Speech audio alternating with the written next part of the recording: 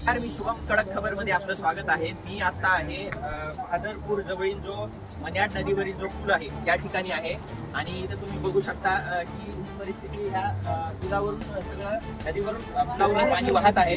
आता इथं काही आपल्यासोबत कुडवळ आणि आजूबाजूच्या गावातील लोक आहेत, त्यांच्याशी आपण विचारूया। सध्या गावागावांमध्ये पूर परिस्थिती निर्माण झालेली आहे, तर मला सांगा काय सांगाल या आणि शासनाला एक विनंती राहील, शेतकऱ्याचं अतोनात नुकसान झालेलं आहे, तरी तात्काळ गुन्हा दुष्काळ जाहीर करून शेतकऱ्याला न्याय मिळेल। काय सांगाल ही सगळी याची पूर परिस्थिती निर्माण झालेली आहे, गावागावांमध्ये शेतामध्ये पाणी गेलेलं आहे सगळीकडे, काय सांगाल? काय पाणी जास्त झालं, भरपूर हे पाणी आहे, त्याच्यानंतर नुकसान झाली त्याच्यामुळं काहीतरी मिळावं लाभ। अजून सांगायचं की आता इथला संपर्क सगळा तुटलेला आहे, सगळी गावं आहेत, तांडे आहेत, तर मला सांगा की कसं तांड्यामधील परिस्थिती कशी आहे?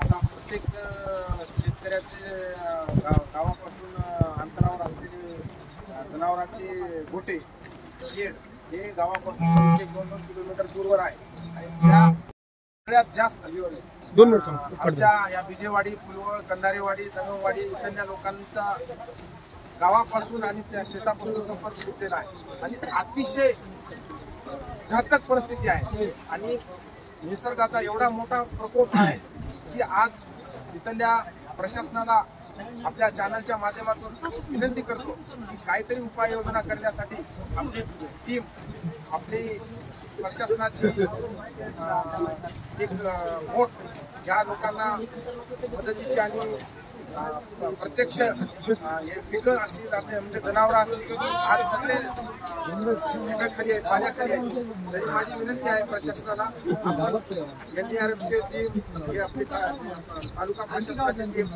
प्रत्यक्ष येऊन पाहणी करावं आणि आपल्या आयोगाने धन्यवाद देतो की आपण ह्या वाडी तांड्यावरच्या लोकांना आपल्या माध्यमातून प्रशासनापर्यंत आपण आमची व्यथा पोहोचावं ही विनंती करतो। आताच आपण बघितलं की इथं शेतकरी आहेत, काही गावकरी आहेत, ते सांगत आहेत की त्यांच्या जे काही समस्या आहेत, गावागावामध्ये पूर परिस्थिती निर्माण झालेली आहे, त्यांच्यापर्यंत मदत पोहोचली पाहिजे हे ते सांगण्याचा प्रयत्न करतात आणि आम्ही आमच्या चॅनलच्या माध्यमातून सुद्धा तुम्हाला हे सांगतो की विनाकारण घराच्या बाहेर पडू नये, कारण सगळे जवळपास पूल जे आहे ते सगळे बंद, ते मार्ग बंद झालेले आहेत आणि विनाकारण कोणी घराच्या बाहेर पडू नये, सगळ्यांनी सावधान राहावं, सतर्क राहावं। धन्यवाद।